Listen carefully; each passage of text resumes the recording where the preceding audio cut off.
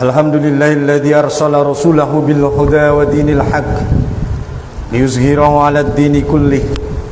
Asyhadu an la ilaha illallah wahdahu la syarika lahu wa asyhadu anna sayyidina Muhammadan abduhu wa rasuluh. Allahumma shalli ala sayyidina Muhammad wa ala ali sayyidina Muhammad.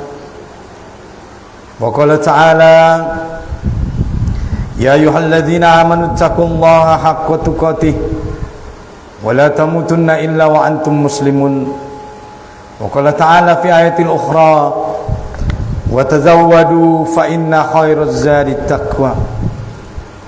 Mabad, segala puji dan syukur kehadirat Allah Subhanahu wa taala. Dialah Allah Al-Khaliq yang Maha Pencipta, Al-Mudabbir yang Maha Pengatur, dan dialah Allah As-Sari yang berhak membuat aturan dan undang-undang. Marilah kita mensyukuri segala karunia dan nikmat yang diberikan oleh Allah, dengan kita bersama-sama meningkatkan keimanan dan ketakwaan kita kepada Allah Subhanahu wa taala, dengan menjalankan segala apa yang diperintahkan oleh Allah, meninggalkan segala apa yang dilarangnya. InsyaAllah dengan begitu kelak di hari akhirat kita adalah umat yang mendapatkan syafaat dari Rasulullah SAW dan tergolong sebagai umat yang bertakwa, yang insyaAllah dengan takwa itu kelak Allah memasukkan kita ke dalam surganya. Amin ya rabbal alamin. Selawat dan salam semoga senantiasa terlimpah tercurah kepada Sayyidul Anbiya wal Mursalin, Khatamun Nabiyyin, beliaulah baginda Rasulullah Muhammad sallallahu alaihi wasallam. Allahumma salli ala sayyidina Muhammad wa ala ali sayyidina Muhammad. Mudah-mudahan dengan kita senantiasa istiqomah meneladani mengikuti petunjuk daripada Rasulullah, kelak di hari akhirat kita adalah umat yang mendapatkan syafaat dari beliau. Amin ya rabbal alamin. Ma'asyiral muslimin, jamaah salat Jumat yang dirahmati Allah Subhanahu wa taala. Oleh karena itu, kita berharap mudah-mudahan kita adalah orang-orang yang istiqomah bertakwa kepada Allah Subhanahu wa taala. Karena sungguh takwa adalah merupakan benteng terakhir di tengah kehidupan akhir zaman yang semakin banyak ujian dan cobaan saat ini. Dan sungguh hanya dengan takwalah kita akan selamat dari dunia menuju negeri akhirat. Hadirin jamaah Jumat rahimakumullah.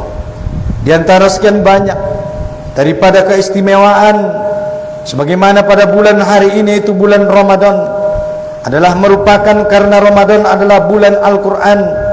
Pada bulan mulia ini Al-Quran diturunkan Allah sebagai petunjuk bagi manusia dan pembeda antara yang hak dan batil. Oleh karena itu, Khatib mengambil tema kita pada kesempatan kali ini, yaitu Al-Quran sebagai pedoman hidup bagi pribadi, masyarakat dan negara. Hadirin jamaah Jumat rahimakumullah.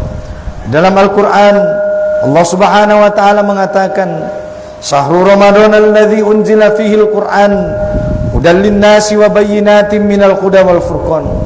Yang artinya bulan Ramadan adalah bulan diturunkannya Al-Quran sebagai petunjuk bagi manusia dan pembeda antara yang hak dan batil.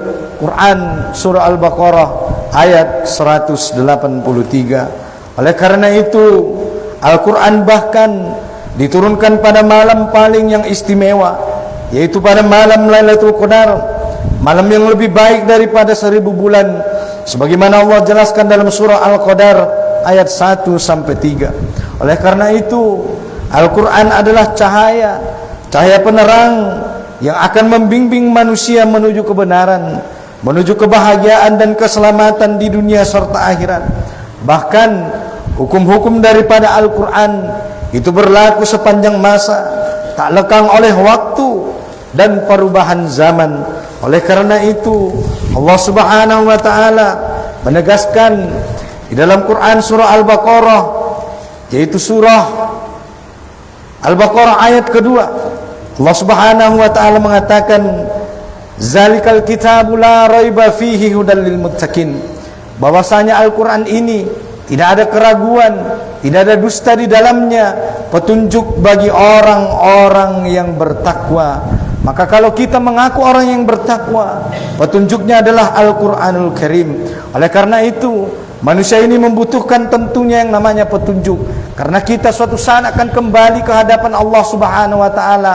Maka pilihan hidup ini cuma ada dua. Kalau bukan surga, yaitu neraka Allah Subhanahu wa taala. Untuk sampai ke surga Allah Subhanahu wa taala, maka petunjuknya adalah Al-Quranul Karim. Kalau kita mau sampai ke surga Allah, maka ikutilah petunjuk itu, yaitu wahyu Allah Subhanahu wa taala. Oleh karena itu, di dalam wahyu itu Allah mengabarkan bagi kita kabar gembira. Bagi siapa mukmin yang taat, maka amalnya akan Allah balas dengan surga jannatun tajri min tahtihal anhar. Surga yang mengalir di bawahnya sungai-sungai. Yang kata Allah, orang-orang beriman kekal di dalamnya. Sebaliknya juga bagi orang-orang yang qaumun mujrimin, orang-orang yang durjana, orang-orang para pendosa dan maksiat ketika berada di dunia, maka Allah balas dengan neraka. Yang neraka itu adalah kata Allah, wa bi'sal masir, sebagai seburuk-buruk tempat kembali. Naudzubillah summa naudzubillah. Ma'asyiral muslimin, jamaah Jumat rahimakumullah. Oleh karena itu, di bulan Ramadan ini, dengan kita membaca Al-Quran, memahami isi Al-Quran, menghafalkan Al-Quran, mengamalkan Al-Quran sebagai petunjuk kehidupan umat muslim, agar umat muslim ini dapat menjalani kehidupan di dunia ini sesuai dengan petunjuk Allah, yaitu di jalan yang lurus dan selamat sampai ke negeri akhirat. Sebaliknya, jika kita berpaling dari Al-Quran, maka mereka akan menghadapi kehidupan yang sempit di dunia dan azab yang pedih di akhirat, sebagaimana diperingatkan dalam surah Toha, surah ke-20 ayat 124. Allah Subhanahu wa taala mengatakan, "Wa man a'rada an zikri fa inna lahu ma'isyatan donka wa nahsuruhu yaumal qiyamati a'ma." Kata Allah Subhanahu wa taala, siapa yang berpaling dari peringatanku, maka baginya kehidupan yang sempit, dan kelak di hari akhirat kami akan membangkitkan mereka dalam keadaan buta dan tidak melihat. Kenapa? Karena ketika mereka dulu di dunia, mereka tidak mau mendengar ayat-ayat Allah, mereka tidak mau membaca ayat-ayat Allah, mereka tidak mau memahami ayat-ayat Allah, mereka tidak mau mengamalkan ayat-ayat Allah. Justru ketika mereka di dunia, mereka berani menentang ayat-ayat Allah Subhanahu wa taala. Oleh karena itu, setiap muslim hendaknya menjadikan Al-Quran sebagai pedoman utama di dalam kehidupan, agar selama berada di hidup di dunia ini, berada di dalam jalan kebenaran dan di dalam ridho Allah Subhanahu wa taala. Hadirin jamaah Jumat rahimakumullah, kehidupan yang sempit ini adalah akibat dari kita manusia ini di dunia banyak berpaling dari ayat-ayat Allah. Padahal negeri ini memiliki kekayaan alam yang melimpah, namun tidak membawa keberkahan karena dikelola tidak sesuai dengan apa yang diperintahkan oleh Allah. Dikelola negeri ini tidak sesuai dengan petunjuk Al-Quran. Allah Subhanahu wa taala telah melarang penumpukan kekayaan pada segelintir orang dalam firman-Nya, "Kaila yakuna dulatan bainal agniya'i minkum," agar harta kekayaan itu tidak beredar hanya di segelintir orang di antara kalian. Sebagaimana kita lihat hari ini di negeri ini, para oligarki berkuasa, mereka memanipulasi kekayaan negeri ini untuk kepentingan dan kekayaan pribadi. Di mana kita melihat hari ini ada pertamak dioplos, ada minyak goreng yang dikurangi takaran dan timbangannya. Mereka curang, menipu, korupsi, dan menyengsarakan hajat hidup orang banyak. Oleh karena itu, karena kita mungkin jauh dari ayat-ayat Allah, jauh dari peringatan Allah, maka barangkali Allah murka kepada kita. Kalau Allah sudah murka, Allah menurunkan bencana, Allah menurunkan gempa bumi, longsor, banjir, maka alangkah ruginya kita sebagai hamba Allah Subhanahu wa taala. Oleh karena itu, hawa nafsu manusia membawa manusia pada kesesatan, kerusakan, sedangkan Al-Quran adalah cahaya penerang yang memberikan keberkahan.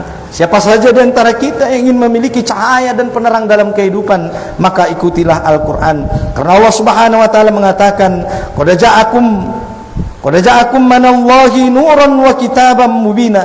Sungguh telah datang kepada kalian cahaya dari Allah dan kitab yang menerangkan. Quran surah Al-Maidah surah ke-5 ayat 15. Rasulullah sallallahu alaihi wasallam juga bersabda di dalam ayatnya, di dalam hadisnya, Rasulullah mengatakan, "Iqra'ul Qur'an fa innahu ya'ti yaumal qiyamati syafi'an li ashabi."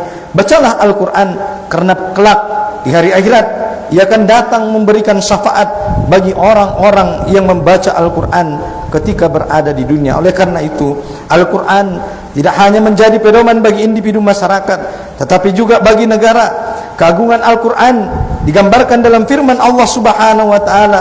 Seandainya Quran itu diturunkan kepada gunung, maka gunung itu akan tunduk karena takut kepada Allah Subhanahu wa Ta'ala. Dalam firman-Nya, Allah Subhanahu wa Ta'ala mengatakan, "Walau anzalna hadzal Qur'ana 'ala jabalin la ra'aitahu khashi'an mutasaddian min khasyatillah wa tilkal amsalu nadribuha lin-nasi la'allahum yatafakkarun." Yang artinya, andaikan Al-Quran ini kami turunkan di atas gunung, maka kamu Muhammad pasti melihat gunung itu terpecah belah dikarenakan rasa takut kepada Allah Subhanahu wa Ta'ala, takut tidak bisa mengemban amanah Al-Quran, takut tidak bisa memuliakan Al-Quran, maka gunung yang kokoh itu pun terpecah belah. Para ulama tafsir mengatakan bahwa ayat ini merupakan bentuk sindiran kepada manusia. Gunung yang begitu kokoh dan tinggi saja, kalau diturunkan kepadanya Al-Quran, dia terpecah belah. Sementara kita ada manusia yang ketika Allah menurunkan Quran kepadanya, hatinya tidak merasa takut membaca Quran, hatinya merasa tidak bergetar membaca ayat Allah Subhanahu wa Ta'ala. Bahkan ada di antara hamba Allah, ketika mereka membaca Al-Quran, tak tergerak sedikit pun hatinya untuk berubah kepada kebaikan, untuk berubah menuju jalan hidayah Allah Subhanahu wa Ta'ala. Oleh karena itu, Al-Quran ini tidak cukup hanya dibaca dan dihafal, tetapi juga harus dipahami, diterapkan dalam kehidupan individu, sosial, bernegara. Perintah seperti puasa Ramadan, hukum kisos, jihad, sama-sama ayatnya menggunakan kutiba. Ya ayyuhalladzina amanu kutiba alaikumussyam. Wahai orang beriman, diwajibkan atas kalian berpuasa. Di dalam ayat yang lain, Allah Subhanahu wa Ta'ala juga mengatakan, ya ayyuhalladzina amanu kutiba alaikumul qisas, kutiba alaikumul qital. Kenapa kalau kutiba alaikumussyam kita bersungguh-sungguh menyambutnya, sementara kutiba yang lain sama bunyi ayatnya tetapi kita tidak mau menjalankan ayat Allah Subhanahu wa Ta'ala? Naudzubillah summa naudzubillah. Oleh karena itu, hadirin jamaah Jumat yang dirahmati Allah Subhanahu wa Ta'ala, sayangnya meskipun negeri ini memiliki ribuan pesantren, ulama, penghafal Quran, tapi faktanya pada hari ini hukum Al-Quran tidak dijadikan sebagai dasar peraturan yang mengatur kehidupan masyarakat. Maka ini adalah kecelakaan. Seharusnya umat Islam diatur dengan syariat Islam. Umat Islam ini taubatnya sebagaimana ikan yang harusnya hidup di air. Kalau ikan itu berada di darat, maka dia akan celaka. Begitulah syariat Islam ini. Kalau kita tidak dijalankan, maka umat ini akan celaka. Umat ini selamanya akan berada di dalam kesengsaraan.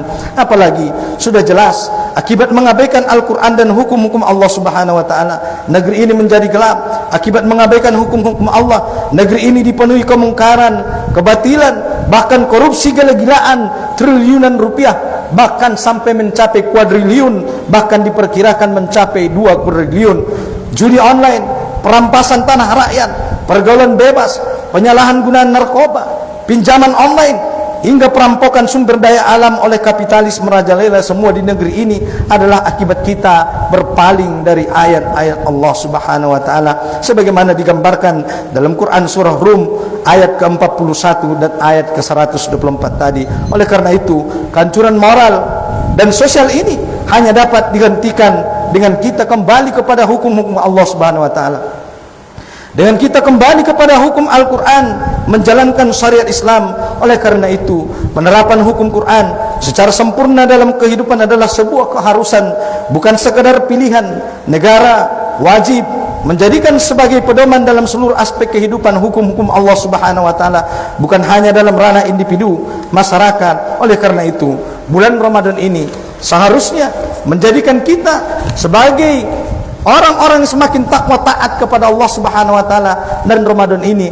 seharusnya menjadi momentum bagi kita umat Islam untuk kembali mengamalkan Al-Quran, menjalankan Al-Quran, dan memperjuangkan Al-Quran, juga menerapkan aturan syariat Islam secara sempurna di dalam kehidupan kita, baik dalam individu, sosial, masyarakat, bernegara, tanpa membeda-bedakan lagi ayat-ayat Allah Subhanahu wa Ta'ala. Mudah-mudahan penyampaian dari khatib yang singkat ini dapat bermanfaat bagi kita semua.